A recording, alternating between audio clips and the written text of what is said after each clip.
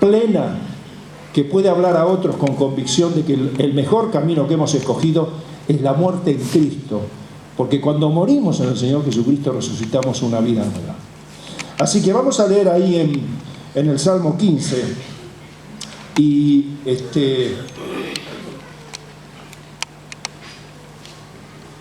hemos hablado de lo que significa la presencia de Dios, hemos hablado de que estamos en su presencia, y aquí en este Salmo podemos ver lo que significa esto. Yo le voy a sacar este papelito así, ahí tenemos esto que perdóname. Qué bueno, ¿no? Haber pasado un tiempo con buena música, como decíamos, hermanos, tener estos medios técnicos que muchas iglesias no tienen. Somos bendecidos, somos muy bendecidos en la casa de Dios. Tener este culto de mañana con este número de hermanos, no sucede en muchos lados. Tener jóvenes en nuestro culto de la Cena del Señor, no sucede en muchos lados, ¿no? Aquellos hermanos que visitan otras congregaciones pueden dar fe de esto. Así que gracias a Dios, hermanos, por esta bendición que Dios nos da en esta casa que Él nos ha dado. Dice allí el Salmo 15: Jehová, ¿quién habitará en tu tabernáculo? ¿Quién morará en tu monte santo? El que anda en integridad y hace justicia y habla verdad en su corazón. Habla verdad en su corazón. El que no calumnia con su lengua. ¿Cuántas veces hemos murmurado, dicho cosas que no convienen? Bueno, este que habita en la presencia de Dios dice: no calumnia con su lengua, ni hace mal a su prójimo. Cuando no predicamos también hacemos mal al prójimo, hermano. Cuando yo no hablo del Señor a mi prójimo también le estoy haciendo mal. Cuando no hace mal a su prójimo, ni admite reproche alguno contra su vecino. El que no deja que vengan y le llenen el oído con murmuración. ¿Vieron cuando a veces viene alguno y nos dice: che, ¿vos sabés que fulano, mengano y sultano? Y nos mete cosas de otro. Acá dice: no admite reproche contra su vecino. Dice: no me hables más, porque estoy pecando contra Dios. Aquel a cuyos ojos el vil es menospreciado. Es decir, no es un vivo el que hace lo malo, una persona que tiene viveza, digamos, ¿no? Los argentinos. No. Es menospreciado el vil, pero honra a los que temen a Jehová. El que aún jurando en daño suyo, no por eso cambia. Es decir, tiene sus convicciones en la verdad. Dice: las cosas son así, y no por eso va a cambiar. Quien su dinero no dio a usura, es decir, quien su dinero no dio a interés. Hoy tenemos un problema inflacionario, ¿no es cierto? En aquel tiempo quizás no existía. Pero hermanos, qué triste que es cuando a veces el dinero es dado a usura, con un interés usurero. Bueno, cada uno acá sabe cómo tiene que hacer las cosas, ¿no? Que Dios nos ayude para ser equilibrados en estas cosas. Ni contra el inocente admitió cohecho, si no estuvo de acuerdo para que al inocente se le haga mal. El que hace estas cosas no resbalará jamás. Hermanos, yo le puedo asegurar que en esta lista no entro. No sé usted. ¿Cómo anda su corazón? ¿Habla verdad en su corazón con Dios? Cuando hablamos verdad con el corazón, con Dios, realmente tenemos que decir: Señor, ten misericordia de mí, porque no puedo habitar en tu tabernáculo. Dios es fuego consumidor, no tolera la maldad. Entonces, ¿quién es que cumple con estas cosas? El Señor Jesucristo. Él habita en el tabernáculo perfecto de los cielos. Él es el que entró en la presencia de Dios y puede estar allí de esta manera. Él es el que cumple con todas estas condiciones. Y hoy quería considerar al Señor Jesucristo. Dice el libro de Hebreos capítulo 3, versículo 1: por tanto, hermanos santos, participantes del llamamiento celestial, considerad miren atentamente a este Señor Jesucristo, que es primero apóstol y después es sumo sacerdote. Él es quien nos hizo un llamado celestial a nosotros. Hay un propósito celestial de Dios al enviar a Jesucristo y al llamarnos a nosotros. ¿Cuál es el propósito general celestial de Dios? ¿Cuál es el propósito? Lo dice Mateo 6:10, en aquella oración que el Señor Jesucristo nos enseñó. Nos dio un modelo de oración. ¿Y cómo dice ese texto? Es el propósito de Dios para con el hombre y para con esta humanidad. Nos enseñó a orar así: hágase tu voluntad como en el cielo, así también en la tierra. Ese es el propósito de Dios.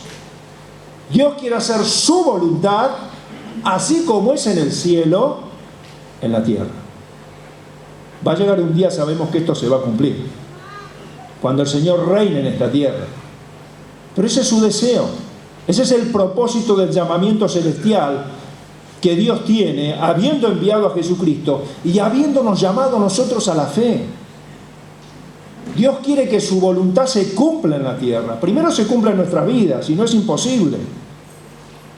Primero yo debo estar en línea con la voluntad de Dios. Y después Dios quiere que su voluntad se cumpla en tu trabajo, se cumpla en tu hogar, se cumpla con tus vecinos. Y por lo tanto, debo estar alineado con el Señor Jesucristo. Porque Él sí cumplió la voluntad de Dios. El Evangelio de Lucas, capítulo 2, versículo 4, cuando el Señor nació, estaban los ángeles que alababan a Dios y decían: gloria a Dios en las alturas y en la tierra paz, buena voluntad para con los hombres.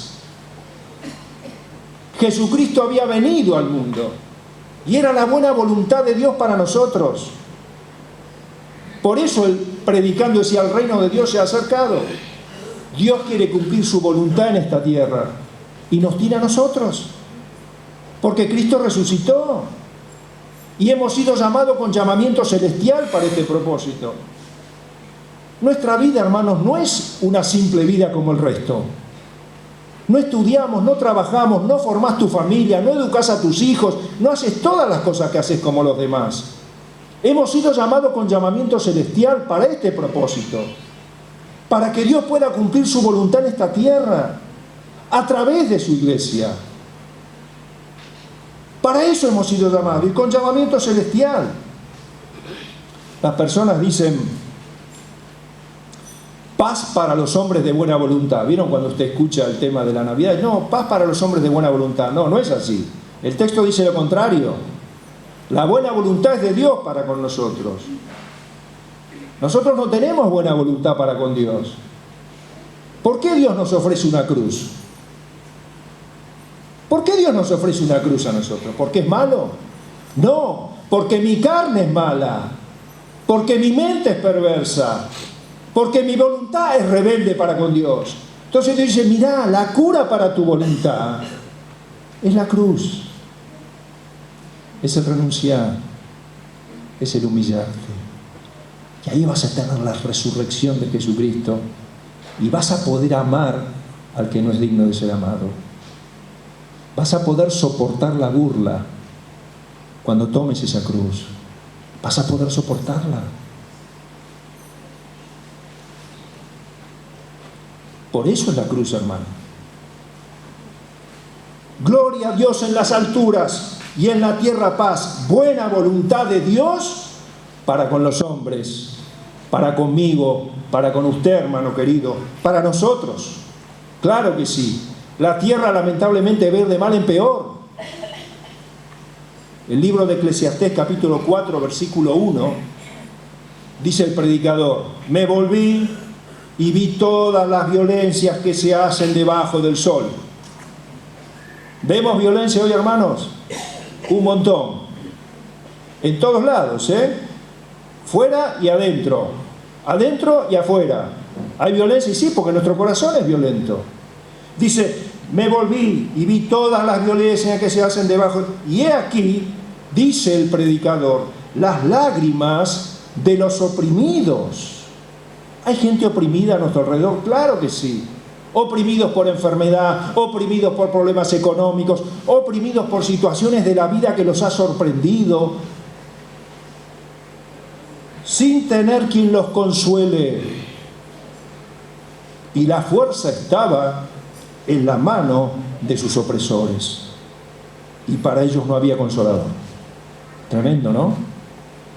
¿En dónde estaban? Bueno, gente que es impía, gente que oprime, pero no había consolador. Y hermanos, Dios ve esas lágrimas, que es el fruto del pecado en nosotros. Es el fruto del pecado. Mire, cuando usted es tentado, cuando yo soy tentado, qué bien nos hace leer el Salmo 51, otra vez. El Salmo 51 es la historia de un corazón que pecó y después se arrepintió. ¿Cómo estaba David? Estaba triste, arruinado. Qué bueno que es tener siempre en memoria estas cosas, para no pecar. Porque la opresión por el pecado es tremendo, causa tristeza. El pecado esclaviza, el pecado aísla, nos pone solos, nos entristece. Por eso, hermanos, solo el Señor conoce la intensidad del sufrimiento del corazón humano. Solamente Él. Por eso es el apóstol. Primero, ¿qué significa apóstol? Apóstol significa mensajero. Es la única vez en todo el Nuevo Testamento que esta palabra se aplica a Jesucristo. Es la única vez, apóstol, mensajero. Él es el mensajero. Es aquel que llega con la predicación de consolación. Lucas 13, 15 al 17. Allí hay una mujer. Se encuentra en una sinagoga, un lugar religioso como este. Tremendo. Tenía una enfermedad, estaba encorvada. Y Dios la sana. Parecía que la religión no la podía sanar. Parecía que la religión no la conocía. No la conocía. Tremendo. Y el Señor la sana, la cura de esta enfermedad. Y entonces la gente se extraña. ¿Pero cómo puede ser en día de reposo, en sábado, esta mujer fue sanada? Y entonces le reprochan al Señor por esta sanidad, porque la religión no la conocía, pero el Señor sí la conocía. Claro que la conocía. Ella iba a la sinagoga, estaba en un ambiente religioso, escuchaba la ley, pero no era suficiente hasta que se encontró con el mismo Señor Jesucristo. Y entonces dice, entonces el Señor les respondió a estos que criticaban lo que él había hecho: hipócritas, es decir, actores falsos, es decir, están teniendo una actuación delante de los demás. Eso es la palabra hipocresía. Significa eso. Entonces el Señor dice: cada uno de vosotros ¿no desatan el día de reposo su buey o asno del pesebre y lo lleva a beber? Si usted no lleva al buey a beber un día, ¿qué le va a pasar a ese animal? Se va a perjudicar, ¿no es cierto? Y ellos tenían atención por estas cosas. Se ocupaban de las bestias.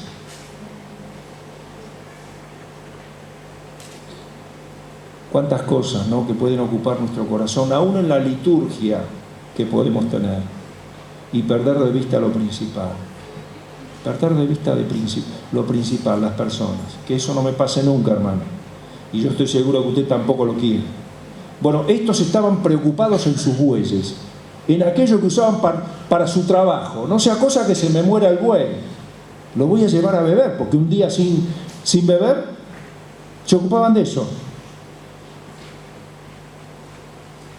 Entonces el Señor dice: y a esta hija de Abraham, que Satanás había atado no un día, ¿cuánto? 18 años. ¿No se la debía desatar de esta ligadura en el día de reposo? Y al decir estas cosas se avergonzaban todos sus adversarios. ¡Qué vergüenza! ¡Qué dureza de corazón! Y ahí entendieron, claro que sí. 18 años de penurias, de sufrimiento. Así estaba esta mujer. ¿Saben por qué? Porque Él es el apóstol, es el mensajero de Dios. Es aquel que puede consolar el corazón quebrantado. necesitado de Dios. Y todos nosotros necesitamos de Dios. Yo el primero, hermano, yo el primero. Y qué bueno sería que lo entendamos, que lo pongamos en nuestro corazón. Todos nosotros necesitamos de Dios. Y dice, se regocijaban el pueblo viendo estas cosas, todo lo que él había hecho allí en ese lugar. Llamados por Dios para cumplir este propósito celestial. Y en eso tenemos que seguir al Señor.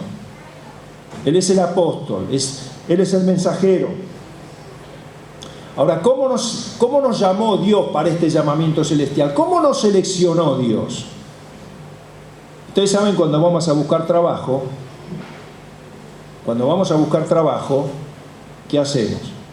Preparamos un currículum, se pone la fotito, ¿no? Todavía se pone la fotito. Yo hace mucho que no busco trabajo. Nos ponemos con una sonrisa, ¿no? Y mandamos el currículum por correo, por mail. Antes era por sobre, ¿vio? Yo me cansé de empapelar Buenos Aires en una oportunidad allá por el 2001, cuando me había quedado sin trabajo. Bueno, en ese tiempo también era por correo, pero bueno, uno preparaba, ¿no? Y después, ¿qué hacíamos cuando nos citaban? Íbamos de la mejor manera, bien vestidos, si es posible con una corbata, con un saco, con la mejor sonrisa, con la mejor actitud, porque la persona de recursos humanos, con lo primero que se va a quedar, ¿con qué es? Con la imagen, cómo vos vas. Y después será la actitud académica, aunque a veces no tiene mucho que ver la actitud académica. A veces buscan un carácter, porque ellos quieren moldear la actitud académica. Entonces, ¿qué es importante? Tener una actitud positiva. Bueno, todas estas cosas. Así es como se eligen las personas en la tierra. Entonces van haciendo selección. De un número tal quedan 3, de la terna queda 2 y después queda 1. ¿Y cuál queda?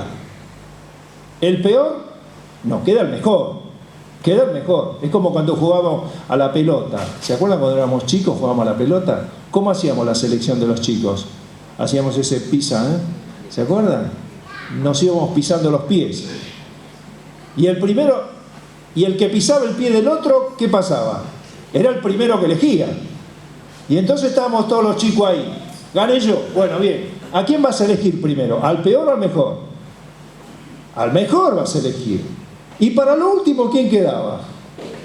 El que iba al arco, generalmente. Vos, che, bueno, anda al arco. Al último quedaba el... ¿Dios hizo así? ¿Eligió al mejor para este llamamiento celestial?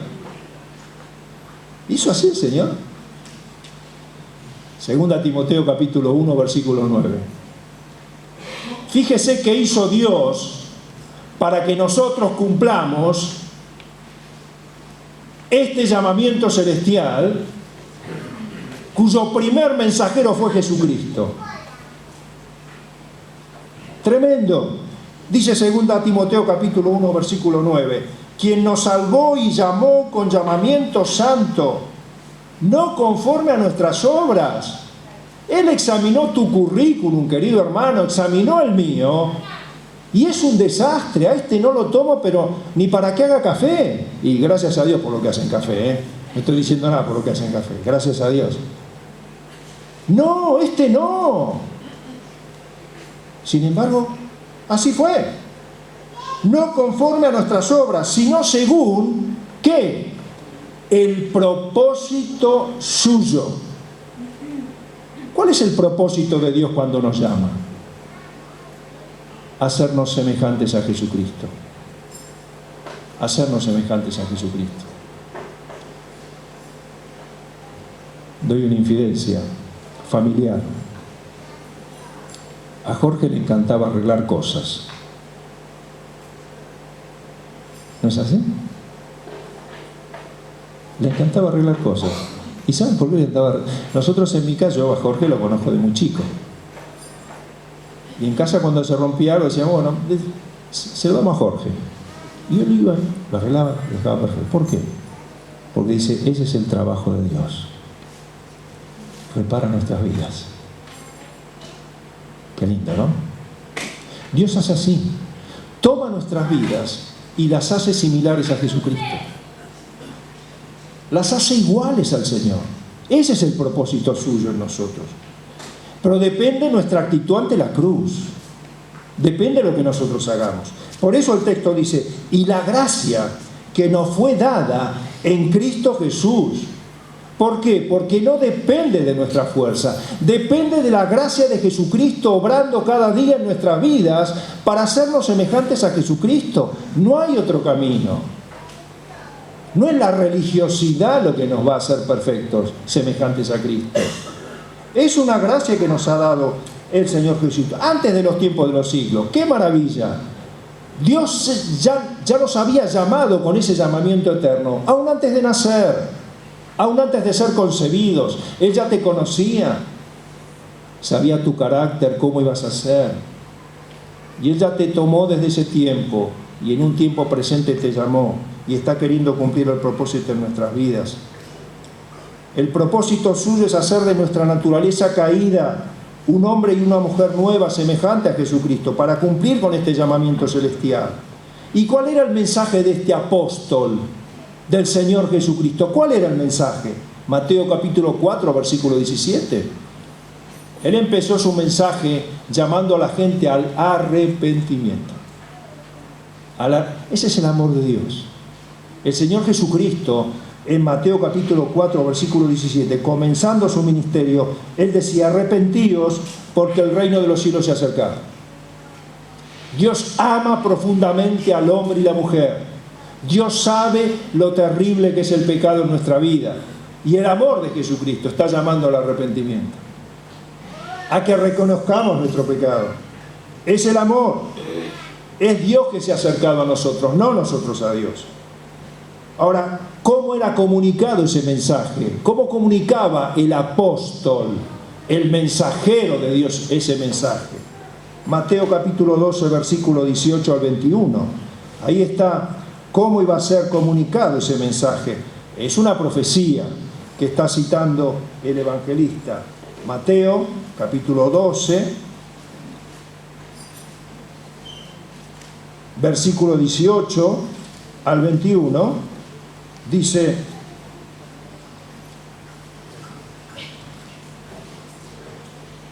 he aquí mi siervo, a quien he escogido, mi amado, en quien se agrada mi alma, dice Dios, pondré mi espíritu sobre él, y a los gentiles anunciará juicio, no solo a Israel, la salvación nos ha alcanzado a nosotros, maravilloso. Dice, no contenderá ni voceará, es decir, no va a ser un polemizador, no va a ser un gritón, a pesar de que el Señor alzaba la voz. No, su mensaje no iba a ser comunicado así. Ni nadie oirá en las calles su voz. No va a soliviantar la voluntad de las personas por un provecho egoísta. Hoy pasa mucho. La declaración que nosotros escuchamos de los políticos muchas veces pasa así. Buscan adeptos. El Señor, los discípulos los invitaba a seguirlo. Dice, ni nadie oirá en las calles su voz. La caña cascada no quebrará y el pábilo que humea no apagará, hasta que saque a victoria el juicio, y en su nombre esperarán los gentiles, nosotros. Gracias a Dios. No contenderá ni voceará, no disputará, no gritará. No significa que el Señor nunca hablaría en voz alta, se refiere más bien a la intención de su corazón hacia las multitudes. No haría su camino mediante una personalidad imponente y ruidosa. No era así el Señor. Convencía a sus discípulos con una vida de servicio, con una vida de humildad, con una vida de amor. Esa era la manera en que el Señor convencía. Con este tipo de actitud Él convencía a sus seguidores. ¿A quién iremos? Tú tienes palabras de vida eterna, dijo Pedro en una oportunidad. Ya está. Jesucristo ve el valor de una caña cascada y un pábilo que humea. La caña cascada no quebrará y el pábilo que humea no apagará. Y eso habla de nuestra vida, No es la cañita del campo que el Señor está diciendo. No es el pábilo de la lámpara. Está hablando de tu vida y de mi vida. Gracias a Dios que es así. Él no la desecha.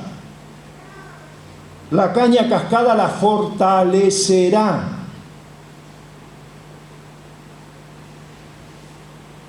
Gracias a Dios que es así. La caña es la figura de la palabra de Dios.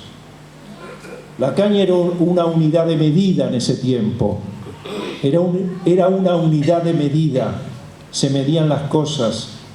Por eso el Evangelio también significa una medida.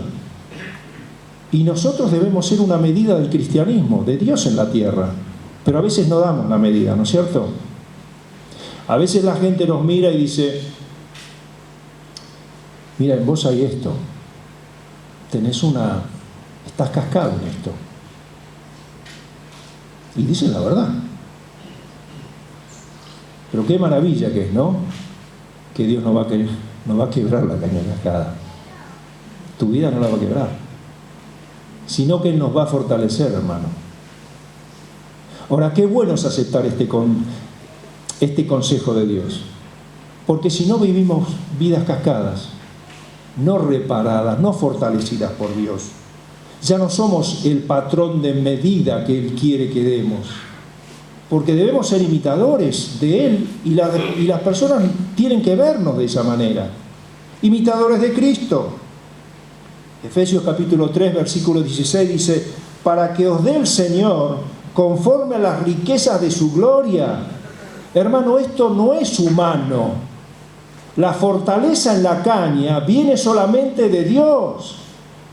La fortaleza del Espíritu, el ánimo que Dios da para seguir adelante, lo da Él. Por eso dice: para que os dé conforme a las riquezas de su gloria, ser fortalecidos con poder en el hombre interior. En el hombre interior. Dios fortalece a aquellos que saben que son débiles. Dios fortalece a aquellos que a sí mismos se saben débiles. Si no, no va a haber fortaleza. Por eso el apóstol Pablo decía: por tanto, 2 Corintios 12:9, por tanto, de buena gana me gloriaré más bien en mis debilidades, para que repose sobre mí, ¿qué? El poder de Dios. Es así. Ninguna carne se va a glorificar en su presencia. El Señor fortalecería y alentaría a los quebrantados de corazón. El Señor lo haría. Y también con el pábilo que humea. El aceite es necesario, y el aceite es la presencia del Espíritu Santo en nuestras vidas. Va a venir otra vez el Espíritu Santo. Por supuesto que está en nosotros. Pero ¿cuántas veces necesitamos que el Espíritu Santo nos convenza de pecado, nos fortalezca, y otra vez la llama pueda arder? Otra vez pueda arder. Él va a dar el aceite necesario, hermano, para que usted y yo podamos ser una llama que alumbre. Y podamos volver a ser una regla de medida a los demás. Porque conforme a ese propósito hemos sido llamados. Para que realmente la voluntad de Dios se cumpla en nuestras vidas y se pueda cumplir en otros. Por eso eres el apóstol. Y el Evangelio tiene por objetivo acercar al hombre a Dios. Pero lo maravilloso es que Dios se acercó a nosotros. Y después dice, Hebreos 6, 17 al 20, dice que Él es el sumo sacerdote. Él es el sumo sacerdote de nuestra profesión, de nuestra confesión. Es aquel que está en la presencia de Dios. Y dice aquí la palabra de Dios que hay dos cosas inmutables por las cuales esta promesa se cumple. Leemos este texto y dice así: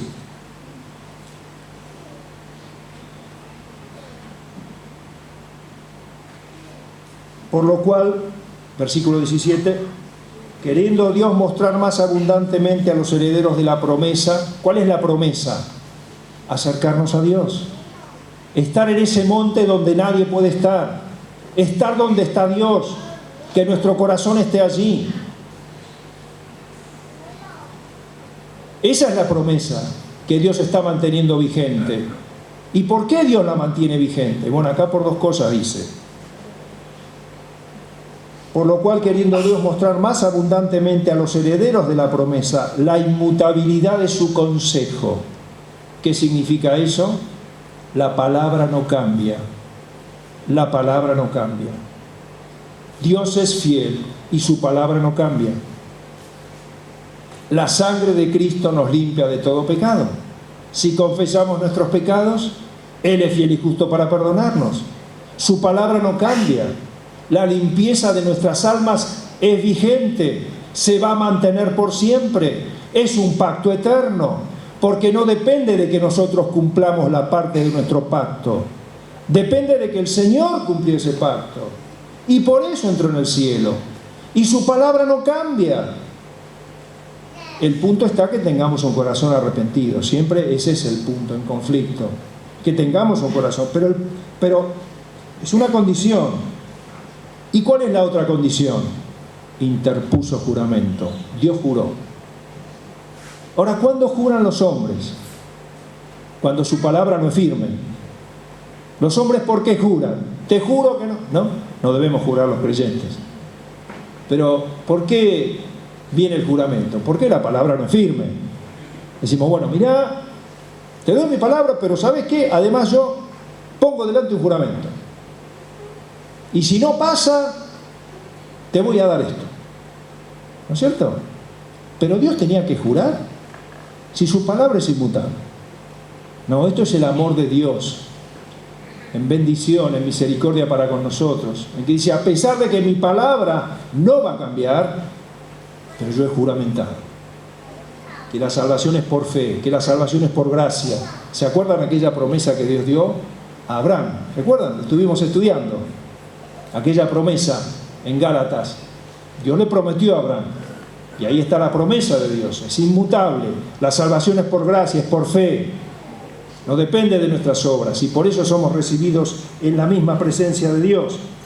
Dice entonces, para que por dos cosas inmutables en las cuales es imposible que Dios mienta, tengamos un fortísimo consuelo a lo que hemos acudido para tomarnos de la esperanza puesta delante nuestra, la cual tenemos como segura y firme ancla de nuestra alma. ¿Qué es el ancla en el barco? El ancla en el barco hace que el barco se quede firme en una posición y no se mueva. Hay barcos que tienen 1, 2 o 3 anclas, ¿no es cierto? O más. Y eso hace que el barco no se mueva. Pero acá el Señor no está hablando del barco, está hablando de nuestra alma. El alma nuestra, que esté firme, que esté confiada. Porque el ancla nuestra no está en el océano ni en el río. ¿En dónde está? En el cielo. Allí está Jesucristo sentado. Por eso tenemos acceso a la presencia de Dios. Por eso Dios nos recibe. Por eso Dios escucha la oración. Por eso Dios perdona. Por eso tenemos una esperanza firme, la cual tenemos como segura y firme ancla del alma, que penetra hasta dentro del velo.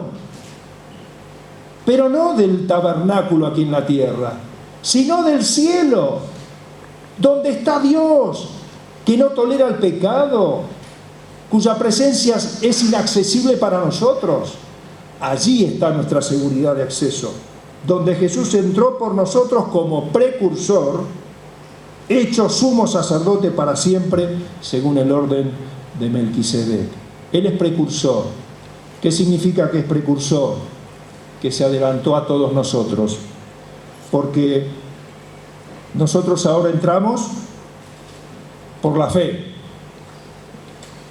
Entramos por la fe a la presencia de Dios. Pero un día, ¿cómo vamos a entrar? En persona, con cuerpos glorificados, como está el Señor hoy, en la presencia de Dios. Por eso Él es el precursor. Él entró primero y nos está esperando a nosotros para darnos la bienvenida en cualquier momento. Así que, hermanos, ¿cómo no vamos a considerar al apóstol y al sumo sacerdote de nuestra profesión. ¿Y cómo no vamos a pedir? Señor, tú me elegiste, siendo lo peorcito, pero tú me elegiste para hacerme conforme a tu Hijo. Ayúdame a que cada día pueda tener ese sufrimiento que Dios nos pide, renunciar a nosotros mismos, para que realmente Dios pueda cumplir ese propósito en nosotros. ¿Cuál es el propósito de Dios? Que su voluntad en los cielos sea hecha en la tierra. Y para ese propósito nos escoge a nosotros. Tremendo. Nos ponemos de pie y vamos a terminar con una oración.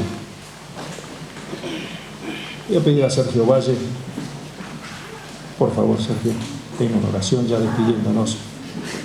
Y vamos a orar nuevamente por el país, hermanos. Nosotros confiamos en Dios y Dios va a hacer su voluntad en cuanto a lo que pase en el futuro de nuestro país. Vamos a orar. Señor, queremos darte gracias una vez más por tu palabra. Gracias, Señor, por haber participado de esta experiencia tan milagrosa, Señor, que es cada domingo hacer memoria de lo que tú has hecho a favor de nosotros. Tanta gente, en tantos lugares, tan lejos de aquí, a lo largo de tantos siglos, Señor, ha hecho lo mismo. Y milagrosa y misteriosamente, Señor, nosotros nos hermanamos a ellos, participando de lo mismo cada domingo. Y te damos gracias porque esa experiencia tiene un punto final, que va a ser el día en que tú vengas a buscarnos. Maravilloso misterio que no comprendemos, Señor, como nos decía Willy, que tú te hayas dignado tener misericordia de nosotros y enviar a tu Hijo para venir a buscarnos.